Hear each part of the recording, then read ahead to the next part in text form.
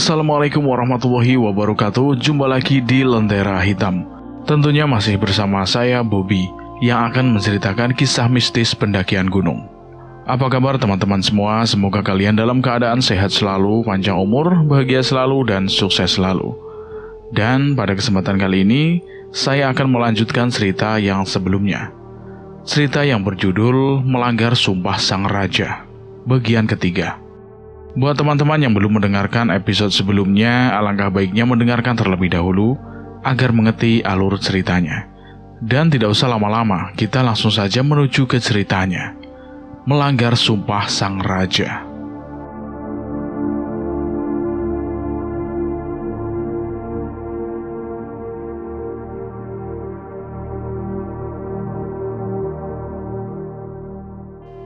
Sawijining ana anggone wong Cepu utawi keturunan Adipati Cepu pinarak sajroning Gunung Lawu bakale keneng nasib cilaka lan agawe bisa lunga ing Gunung Lawu. Apa sumpah itu yang kakek maksud? Betul, Ger. Tapi bukannya itu hanya mitos, kek? Terlepas benar atau tidaknya, sebaiknya kita menghargai aturan yang sudah ada di suatu tempat yang akan disinggahi. Jika pendaki itu bisa jaga sikap di Gunung Lawu ini, mungkin dia tidak akan bernasib seperti sekarang ini. Sumpah yang diucapkan Prabu Brawijaya sebenarnya tidak bertujuan untuk mencelakai keturunan Adipati Cepu, namun hanya untuk mengingatkan sejarah kelam yang pernah terjadi di Gunung Lawu ini, supaya bisa saling menghargai satu sama lain, dan juga tidak menjadi pribadi yang sembrono dengan melanggar aturan yang sudah dibuat. Bagaimanapun juga, aturan tetaplah aturan, tidak untuk ditakuti, namun tidak juga untuk dilanggar. Aku mulai paham dengan ucapan kakek itu. Memang benar apa kata kakek itu. Jika seorang yang memiliki pribadi yang sembrono dan melanggar aturan yang sudah dibuat, tidak hanya di Gunung Lawu ini saja, mungkin di tempat lain jika kita tidak mengikuti aturan yang ada, pasti akan menjadi malapetaka untuk kita sendiri. Namun, Ger, Sebentar, kek. Jangan dilanjutkan dulu. Biar saya buatkan kopi dulu, kek, supaya ceritanya lebih enak. Aku segera membuatkan kopi dan membawakan ubi rebus bekal terakhirku untuk kakek itu. Setelah kopi jadi dan ubi rebus sudah kuberikan padanya, ia tersenyum, mengucapkan terima kasih padaku. Aku tidak peduli besok ingin makan apa. Aku masih bisa memakan makanan yang ada di hutan Gunung Lawu ini. Namun kakek itu malah membagi ubi itu menjadi dua dan memberikan separuhnya padaku. Makan bareng sama kakek, Ger. Kakek tahu kamu belum makan dari siang tadi. Ucap kakek itu yang menyodorkan separuh ubi yang aku berikan. Aku tercengang lagi dengan ucapan kakek itu. Bagaimana dia bisa tahu kalau aku belum makan sejak tadi siang? Sambil menggaruk-garuk kepala dan sedikit tersenyum, aku menerima separuh ubi yang aku berikan padanya itu. Kami saling berbagi cerita sembari memakan ubi malam itu. Ya, walaupun aku sedikit tidak mengerti tentang ceritanya, aku juga menceritakan padanya tentang istriku yang sedang hamil besar di rumah. Hingga tanpa terasa jam sudah menunjukkan tepat tengah malam. Setelah bercerita panjang lebar tentang kehidupanku, kakek itu berpamitan kepadaku. Namun sebelum kakek itu pergi, dia berpesan padaku. Ger, jika besok kamu akan melanjutkan pencarian, teruslah berjalanlah ke arah barat. Kamu akan menemukan apa yang kamu cari di sebuah goa yang ada di hutan gunung ini. Memangnya ada gua di Gunung Lawu ini, kek? Ada, Ger. Nanti di tengah perjalanan menuju goa itu, akan ada burung jalak yang akan menuntunmu ke sana. Setelah mengucapkan itu, kakek itu berdiri dan lanjut berjalan ke arah hutan yang gelap itu. Baru beberapa langkah memasuki hutan, kakek itu sudah tidak terlihat lagi dari pandanganku. Mungkin karena saking gelapnya, jadi aku tidak melihatnya lagi, pikirku. Aku masuk ke dalam tenda dan segera membaringkan badan yang sudah terasa sangat pegal karena perjalanan tadi siang. Kita berpindah ke sudut pandang Ali. Disinilah Ali yang sudah menungguku pulang sejak 2 hari yang lalu, mulai khawatir dengan keadaanku sekarang. Sur, bisa-bisanya kamu ninggalin aku. Ucap Ali yang menunggu kedatanganku di base camp. Pikiran yang aneh-aneh tentang nasibku mulai menghujani pikiran Ali. Dia merasa sudah tidak bisa kalau hanya menunggu tanpa kepastian tentang keadaanku, hingga terlintas di pikirannya untuk menyusulku. Ali membuat tim untuk mencariku dengan jumlah 6 orang. Jika sampai besok aku belum bisa ditemukan, Ali akan menambah personil lagi untuk mencariku. Rasa kesal, khawatir, panik, semua menjadi satu di kepalanya.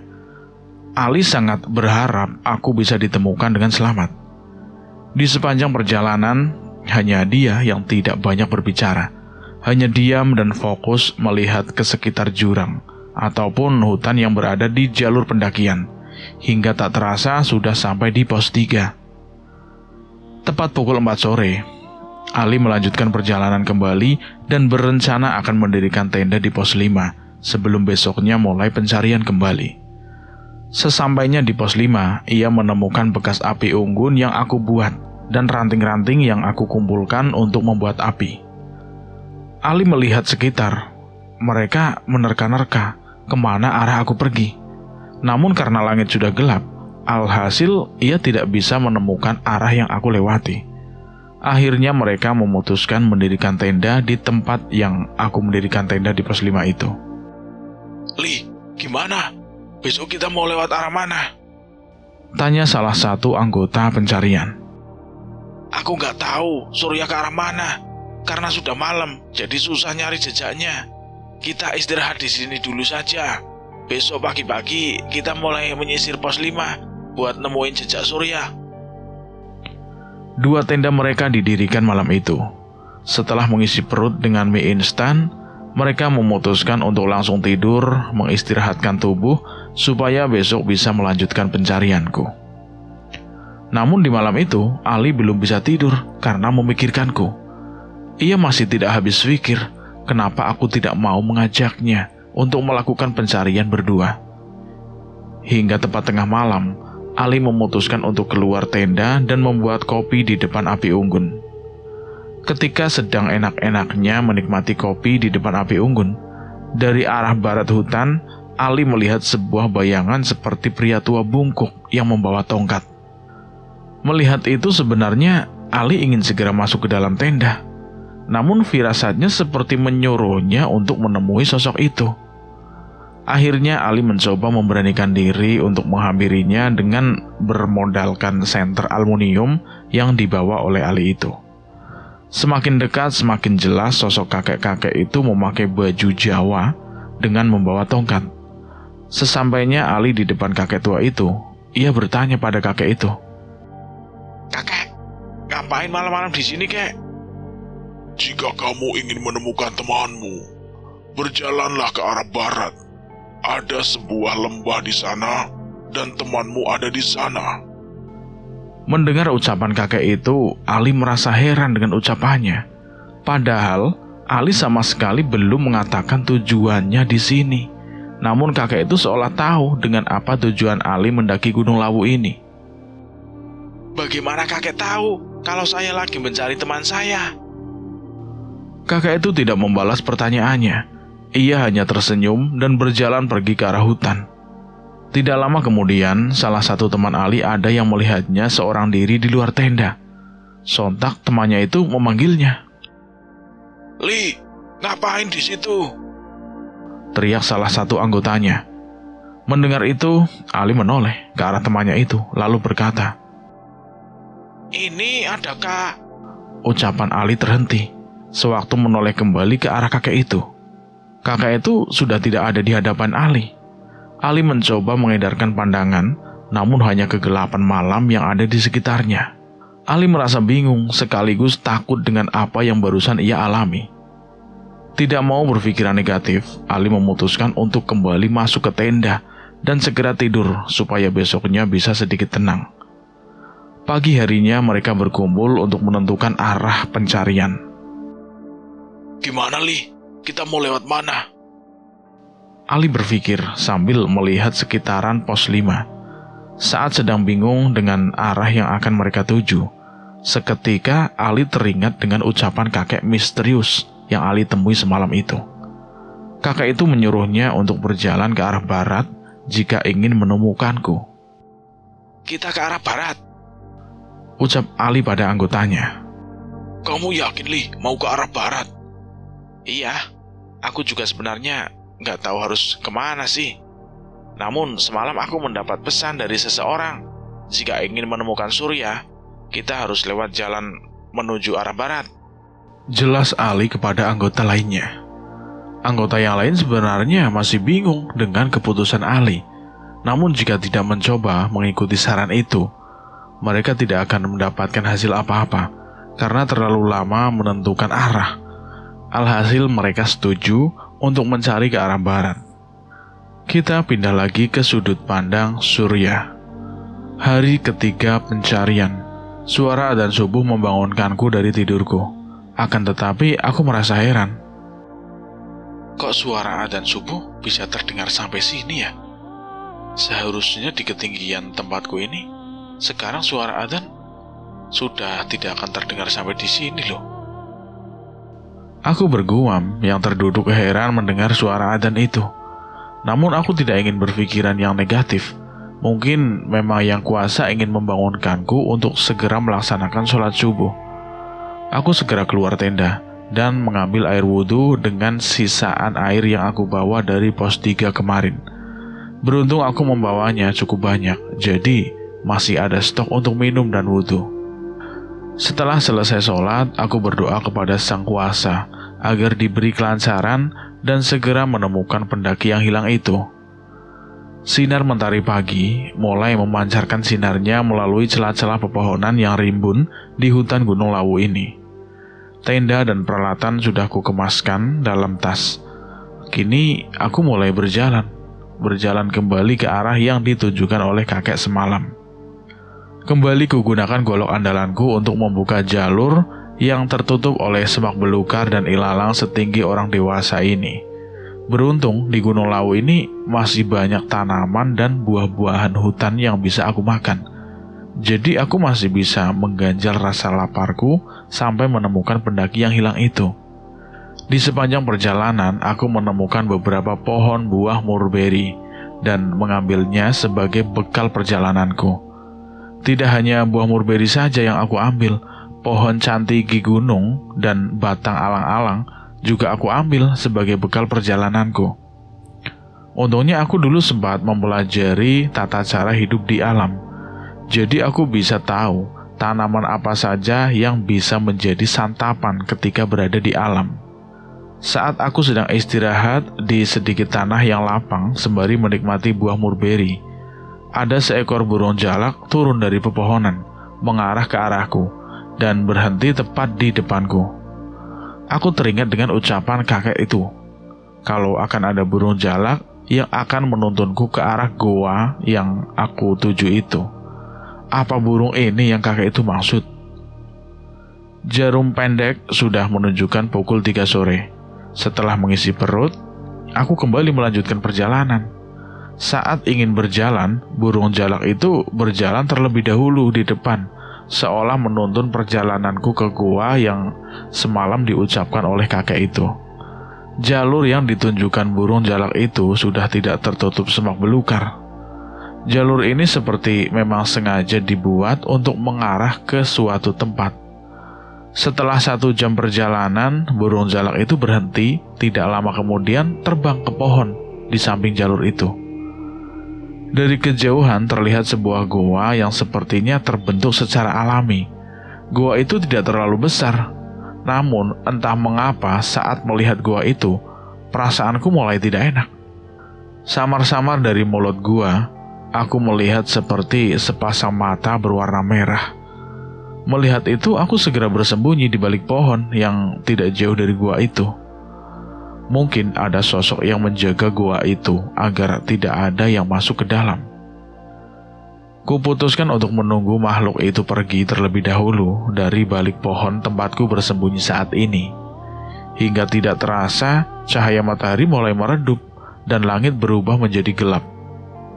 Sudah 2 jam aku menunggu makhluk itu pergi, namun makhluk bermata merah itu belum juga keluar dari tempatnya. Kini aku hanya seorang diri di dalam kegelapan hutan di Gunung Lawu ini. Aku membuat api unggun sebagai penerangan dan penghangatan tubuh. Aku perhatikan lagi ke arah dalam gua itu. Samar-samar, aku mulai melihat bentuk dari sosok bermata merah itu. Sosok hitam besar berbulu mulai keluar dari dalam gua. Melihat hal itu, aku segera mematikan api unggun yang aku buat sebagai penghangatan tubuh ini. Aku takut jika makhluk itu sadar dengan kehadiranku. Walau di kegelapan yang pekat ini, aku masih bisa melihat makhluk itu berada di depan gua. Saat malam hari, mata merahnya itu terlihat dengan jelas. Di sekujur tubuhnya penuh dengan bulu-bulu, tangan yang besar dan kuku-kuku yang panjang cukup membuat aku merinding. Saat aku sedang memperhatikan makhluk itu dari balik pohon tempatku bersembunyi, mata merahnya seperti melirik ke arah tempatku. Menyadari hal itu, aku kembali menyembunyikan diri di balik pohon. Namun kupingku menangkap suara langkah kaki besar mengarah ke tempatku. Nafasku mulai sesak, jantungku berdegup sangat kencang. Keringat pun sudah membasahi tubuhku. Ya Allah, gimana ini? Dia nyamperin aku lagi. Tubuhku tidak bisa berhenti bergetar karena saking takutnya. Untuk berjalan pun kakiku seperti tidak mau digerakkan. Suara langkah kaki besar itu sudah semakin dekat, hingga suara langkah kaki besar itu berhenti. Sepertinya sosok itu sudah berada tepat di depan pohon tempatku bersembunyi. Aku berusaha menahan nafas dan tidak membuat suara apapun. Keringat sebesar biji jagung terus menetes dari keningku.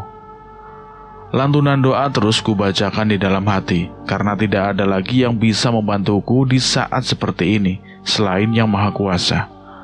Kembali aku mendengar suara langkah kaki besar itu berjalan, namun sepertinya kali ini menjauh dari tempatku. Aku mulai menghela nafas lega, karena makhluk itu sudah pergi. Ku coba mengintipnya dari balik pohon untuk memastikan kemana makhluk itu pergi. Saat aku melihat ke arah makhluk itu, ia tidak kembali ke dalam gua, melainkan ke arah hutan yang ada di sisi kanan gua. Kurasa ini waktu yang tepat untuk masuk ke dalam sana. Segera aku ambil langkah 1000 menuju ke dalam gua. Aku harus cepat menemukan pendaki yang hilang sebelum makhluk itu kembali lagi. Gelap sekali, tidak ada pencahayaan apapun di dalam sini. Ku ambil ranting kayu, lalu ku ikatkan sapu tangan di ujungnya, dan ku bakar sebagai penerangan di dalam gua. Cahaya oranye dari kayu yang aku bakar mulai menyinari gua ini. Samar-samar aku seperti melihat sepasang kaki yang beralaskan sepatu gunung. Aku hampiri kaki itu, dan benar saja, ini adalah pendaki yang hilang itu. Tubuhnya sudah terbujur kaku dan sudah membiru. Aku harus cepat membawanya keluar sebelum makhluk bermata merah tadi kembali ke dalam gua. Ku ambil sarung dari dalam tasku dan segera menggendong pendaki ini. Untungnya tubuh pendaki ini tidak terlalu besar, jadi tidak terasa berat ketika menggendongnya. Saat aku sedang berjalan keluar goa, telingaku mendengar lagi suara langkah kaki besar. Seketika itu juga, aku menjadi panik dan berlari secepatnya untuk keluar dari tempat ini. Aku tidak tahu apa yang akan terjadi jika makhluk itu menemukanku. Sesampainya di luar goa, aku berlari ke sisi kanan goa dan bersembunyi di semak-semak. Dari sini aku bisa melihat makhluk itu kembali masuk ke dalam goa. Dan tidak lama kemudian terdengar seperti suara geraman yang menggema dari dalam goa itu. Aku mulai berpikir apa makhluk itu marah karena aku membawa jasad pendaki ini. Jika memang iya, aku tidak bisa berlama-lama di sini. Dia pasti akan menemukanku. Sebelum yang aku pikirkan ini jadi kenyataan, segera aku gendong kembali jasad pendaki ini dan berlari lagi ke dalam hutan. Semak belukar, ranting-ranting tajam sesekali menggores kulitku. Tapi karena panik, aku tidak peduli dengan luka-luka goresan ini. Yang ada di pikiranku sekarang, aku harus secepat mungkin membawa jasad pendaki ini turun, sebelum makhluk bermata merah itu menemukanku. 30 menit aku berlari, aku sampai di sekitar tanah lapang. Kuputuskan untuk beristirahat sejenak, menghela nafas di sini. Walaupun tubuh pendaki ini tidak terlalu berat, tetap saja jika menggendongnya sambil berlari, tentunya membuat aku cukup kelelahan. Sambil beristirahat, aku melihat ke sekeliling untuk menentukan arah yang akan kulewati nanti. Dengan keadaan yang gelap gulita, aku cukup sulit mencari jalan yang tadi kulewati sewaktu menuju goa itu. Aku tidak tahu jalan yang aku lalui ini benar atau tidak. Gelap, sunyi, dingin, dan ditemani jasad seseorang yang sama sekali tidak aku kenal. Entah mengapa aku bisa sampai senekat ini, padahal aku juga tidak tahu apakah aku akan selamat dari sini. Mungkin aku bisa selamat dari sosok yang ada di goa tadi, namun aku tidak tahu bisa selamat atau tidak dari hutan belantara ini. Kulihat jam sudah menunjukkan 11 malam. Aku mulai berjalan kembali menyusuri hutan Gunung Lawu yang gelap ini. Di perjalanan, sesekali mataku menatap sekelebat bayangan hitam dan putih yang bergerak dari satu pohon ke pohon yang lain. Aku tidak tahu itu makhluk apa, yang pasti keberadaannya membuat bulu kuduku itu merinding. Tidak jarang juga aku melihat kain putih menggantung di pohon dengan rambut panjang menjuntai. Suara tangisan, geraman, teriakan, cekikikan juga menemani perjalananku malam ini. Hanya doa dan bersolawat yang selalu terucap dari mulutku. Takut, itu sudah pasti. Namun rasa takut kupendam dalam-dalam, karena aku percaya Yang Kuasa selalu menjaga hambanya yang taat kepadanya. Aku hanya fokus melihat ke arah jalur yang aku lewati ini, dan tidak menghiraukan sekitarku. Hingga sebuah tebing tinggi di hadapanku, seketika membuatku berhenti melangkah. Tidak mungkin aku bisa memanjat tebing itu sambil menggendong orang ini. Ditambah lagi, aku tidak membawa peralatan untuk memanjatnya. Mau tidak mau, aku harus memutari tebing ini, supaya bisa menemukan jalur ke arah base camp. Tapi yang aku takutkan malah bertemu kembali dengan makhluk besar bermata merah tadi. Aku bingung dengan situasiku sekarang. Jalur mana yang harus aku pilih? Bisa saja aku memanjat tebing seorang diri, tapi tidak mungkin aku meninggalkan pendaki yang sudah susah payah aku cari ini. Lebih baik aku sholat malam dulu, supaya diberi petunjuk oleh Yang Maha Kuasa. Segera aku laksanakan sholat malam supaya mendapat petunjuk harus melewati jalur yang mana. Kubaringkan jasad pendaki itu di bawah pohon tempatku berhenti, dan aku mengambil wudhu dengan air yang tersisa setengah botol dari botol 1 liter ini. Di dalam keheningan malam hari hutan Gunung Lawu, aku bersimpuh pada Yang Kuasa. Kucurahkan semua permasalahanku dan meminta petunjuk padanya. Tanpa terasa, air mata mulai membasahi pipiku.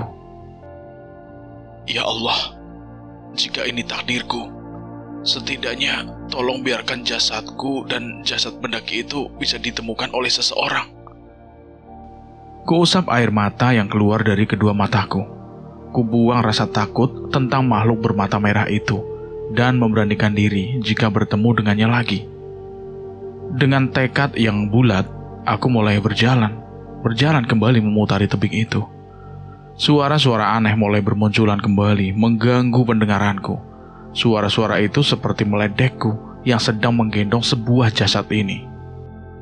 Bodoh, padahal kau bisa saja hidup jika meninggalkan jasad itu. Mungkin dia juga ingin mati. Aku benar-benar tidak peduli dengan suara-suara itu. Jika memang takdir berkata lain, biarkan Sang Kuasa yang menakdirkan semuanya.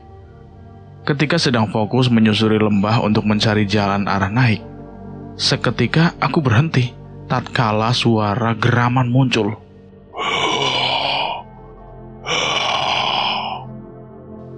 Aku seperti tidak asing dengan suara itu. Ku coba menengadahkan pandangan dengan melihat sekeliling mencari-cari dari mana suara itu muncul. Suara semak-semak yang tersibak dari arah belakangku membuatku memfokuskan pandangan ke arahnya. Samar-samar dari gelapnya hutan, aku melihat sosok bayangan hitam besar dengan mata yang berwarna merah menyala. Dan benar saja, itu adalah makhluk yang tadi berada di dalam goa itu. Tanpa pikir panjang, aku berlari tidak tentu arah melewati semak-semak yang aku tidak tahu kemana arahnya. Jika aku tertangkap olehnya, semua perjuanganku untuk menyelamatkan pendaki ini akan menjadi sia-sia.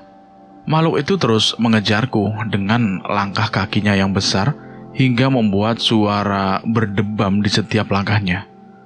Entah berapa luka sobekan yang kudapat dari ranting-ranting pohon yang aku lalui ini. Hingga aku terhenti di ujung lembah yang menuju ke sebuah jurang setinggi 20 meter. Jika aku melompat ke sana, pasti kakiku akan patah, dan kemungkinan untukku selamat sangatlah kecil. Ditambah lagi, aku sedang menggendong jasad seseorang. Suara langkah kaki besar itu sudah semakin dekat denganku. Sepertinya memang ini adalah takdirku. Aku pasrah terduduk di sebuah dahan pohon di pinggir jurang, hingga makhluk itu muncul tepat di hadapanku. Makhluk itu benar-benar menyeramkan. Rupa dari makhluk itu dengan tubuh berbulu setinggi 3 meter.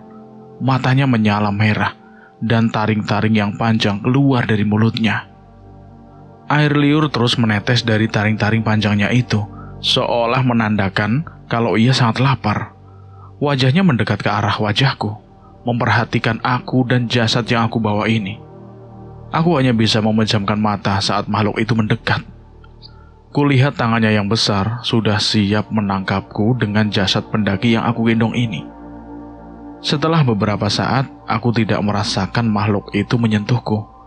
Dengan samar-samar, aku mendengar seperti suara lantunan doa yang entah itu dari mana.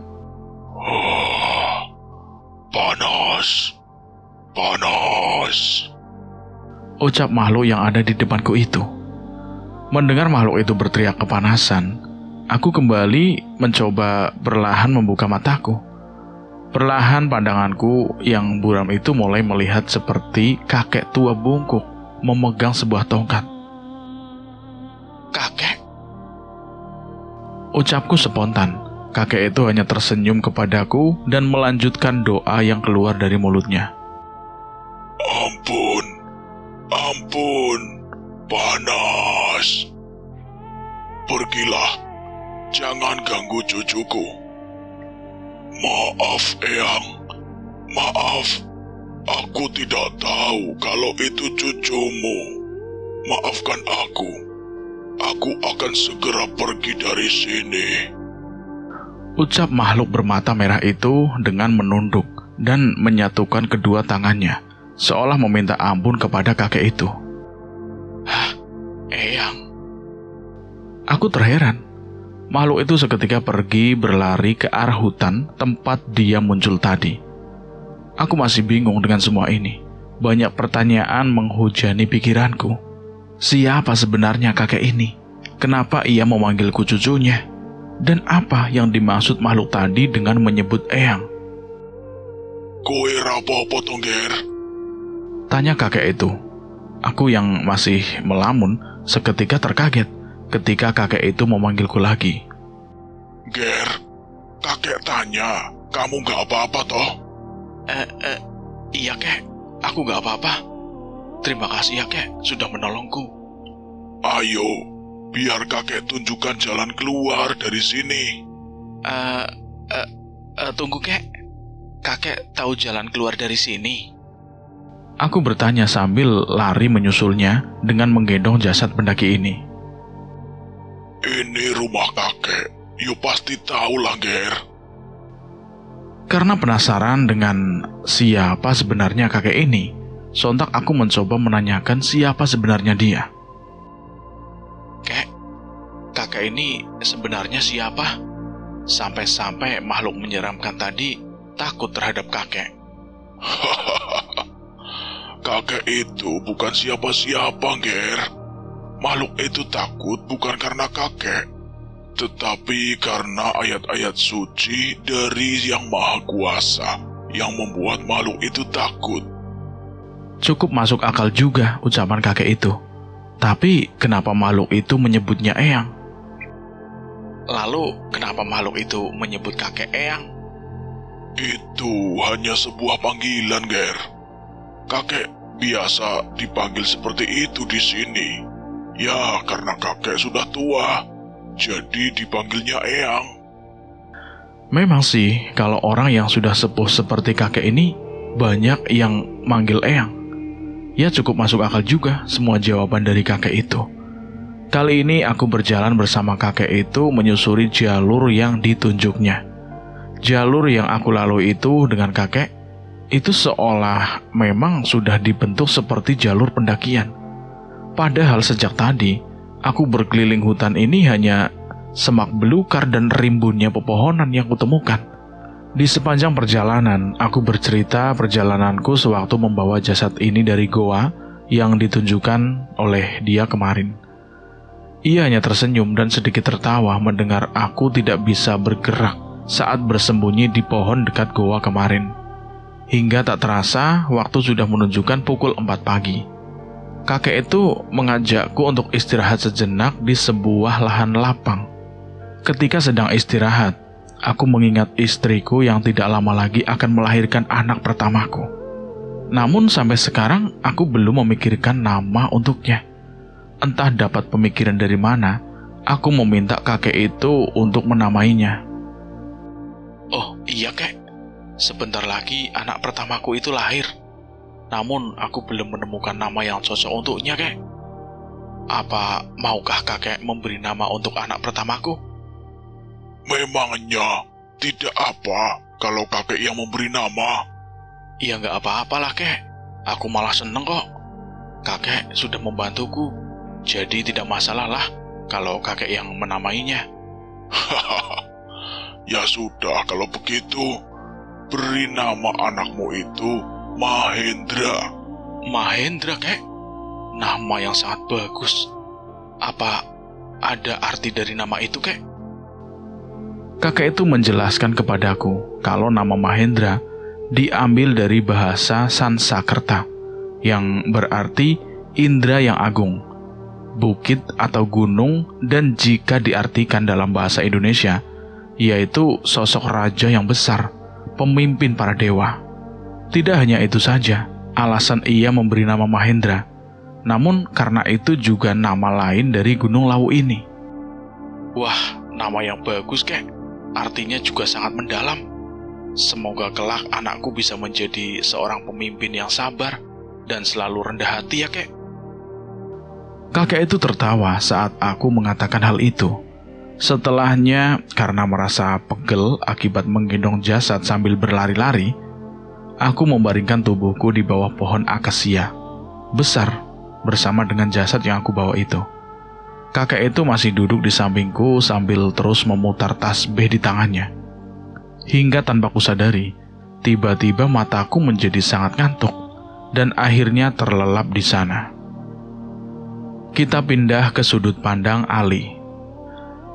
Ali yang sudah menyusuri hutan ke arah yang ditunjukkan kakek yang ditemuinya semalam itu. Kini mereka sampai di sedikit tanah lapang tempatku semalam membangun tenda. Dia menemukan bekas kayu bakar dan kulit ubi yang aku santap semalam bersama kakek itu. Mereka mulai mengikuti arah kemana aku pergi dengan melihat bekas-bekas tebasan yang aku buat untuk membuka jalur. Selama 30 menit mengikuti jalur bekas tebasan yang aku buat itu, Ali melihat dari kejauhan seperti ada 2 orang yang sedang berbaring di sebuah pohon akasia besar. Melihat itu, Ali segera menyuruh anggotanya untuk mempercepat langkahnya menuju pohon tersebut. Sesampainya di sana, Ali menemukanku sedang terbaring dengan jasad pendaki yang hilang. Salah satu anggota mengecek denyut nadi dan mengatakan kepada Ali bahwa sudah tidak ada denyut nadi di tubuhnya. Seketika, Ali berlinang air mata dan meraih tubuhku, lalu memeluknya sambil berkata, "Ya Allah, Sur. Bisa-bisanya kamu ninggalin aku selamanya, Sur." ucap Ali sambil berlinang air mata. Kita kembali lagi ke sudut pandang Surya. Aku yang sedang asik tertidur karena kelelahan, tiba-tiba saja terbangun ketika ada seseorang yang mengangkat tubuhku sambil menangis. Dari suara tangisannya, seperti aku tahu siapa orang ini. Sopo to sing mati? Ucapku pada pria yang memelukku ini, yang tidak lain adalah Ali. Urip meneh toh? Ucap Ali yang melepas pelukannya. Melihat Ali yang kebingungan, salah satu anggota itu berkata, Mas Ali, aku kan belum ngecek nadinya Mas Surya. Yang kucek itu baru pendaki ini. Ucap salah satu anggota itu kepada Ali. Tahu ini Ali, orang lagi tidur enak-enak kok, malah ganggu aja toh. Ali yang tadinya berlinang air mata, seketika berdiri dan mengusap air matanya yang sudah membasahi pipinya itu. Wong edan, bisa-bisanya kamu ninggalin aku di rumah sendirian, Ya maaf Li, ibumu kan di rumah sendirian. Kalau aku ngajak kamu, nanti siapa yang menemani ibu kamu di rumah? Ya seenggaknya kan ngomong gitu loh. Kalau mau berangkat, kan nanti bisa tak suruh yang lain buat nemanin kamu. Iya Li, maaf ya. Ya, aku sangat bersyukur memiliki seseorang teman seperti Ali. Dia sampai membuat tim untuk mencariku.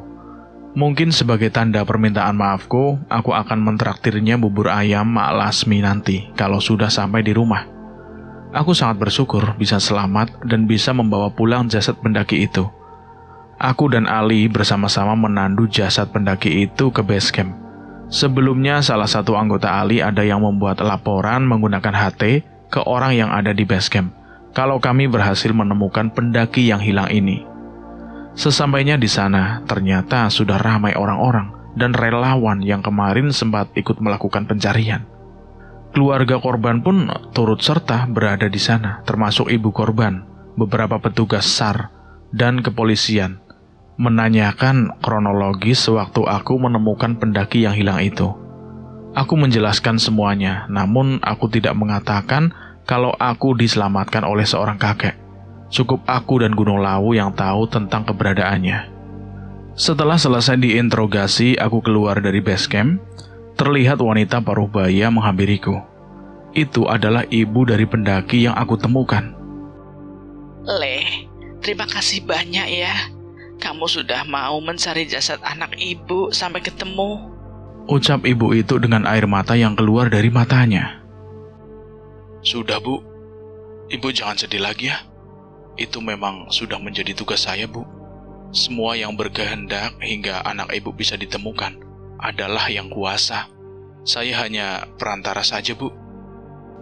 Ibu itu memberiku sesuatu yang terbungkus amplop coklat yang terlihat cukup tebal.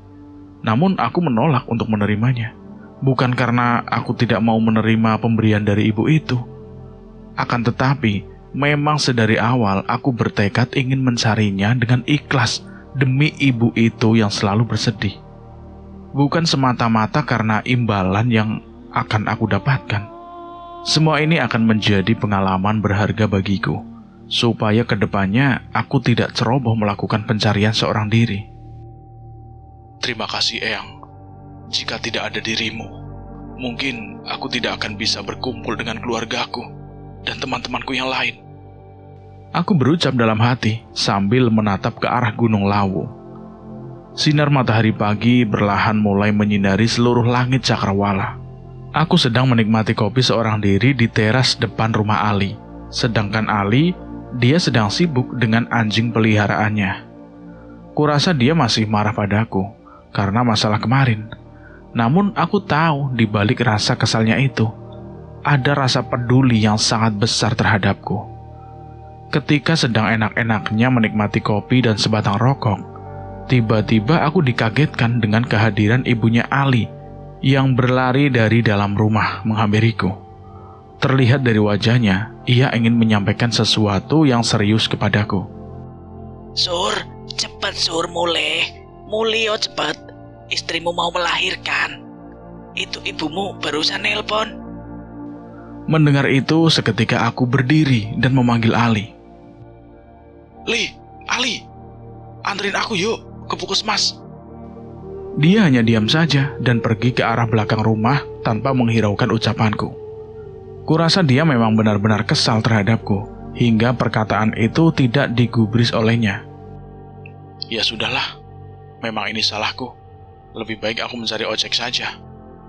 Saat aku ingin keluar dari gerbang rumah Ali, tiba-tiba terdengar suara motor Win yang tidak asing dari belakang rumah berjalan keluar menghampiriku di depan gerbang itu. Kamu mau kemana toh? Aku ke belakang ambil motor, malah pergi gitu aja. Mau ninggalin aku lagi kamu? Ucap Ali yang dilanjutkan menyuruhku naik motornya. Aku hanya bisa tersenyum dan segera naik motor Ali. Sesampainya di puskesmas, keluargaku sudah berkumpul di sana. Aku segera menuju ruangan tempat istriku melahirkan. Namun saat aku sampai di ruangan, terlihat anak bayi laki-laki sudah berbaring di samping istriku. Sri, ini anak kita, Sri. Bukan, Mas. Ini bukan anak kita. Loh, terus anak sopo toh? Yo anakmu lah, Mas. Anak sopo meneh toh? Walah, anaknya mirip kowe, Sri. Pasti gedenya ganteng kaya simbahe iki. Ucap Ali kepada istriku. Ali, iki lho anakku. Kok malah mirip simbahe piye toh? Kamu pikir aku gak ganteng gitu?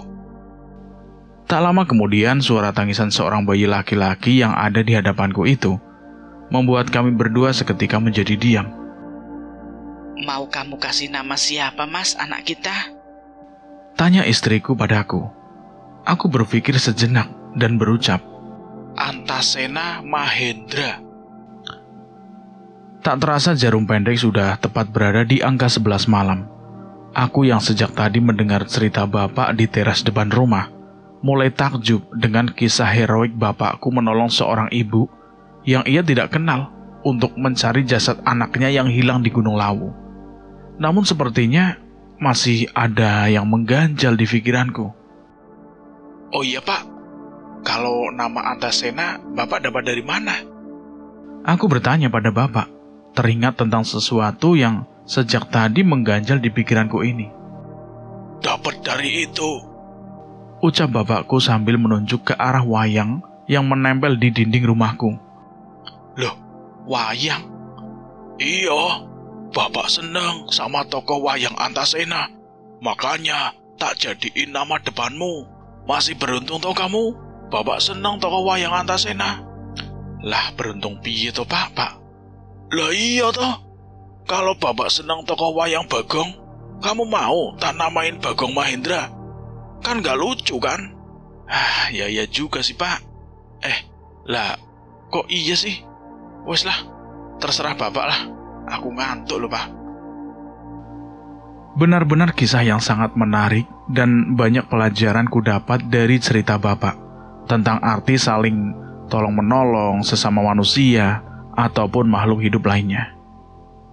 Kebaikan adalah sebuah kekuatan yang tidak terbatas, karena ketika kita saling tolong-menolong, kita bisa menciptakan sebuah keajaiban yang tidak ternilai harganya.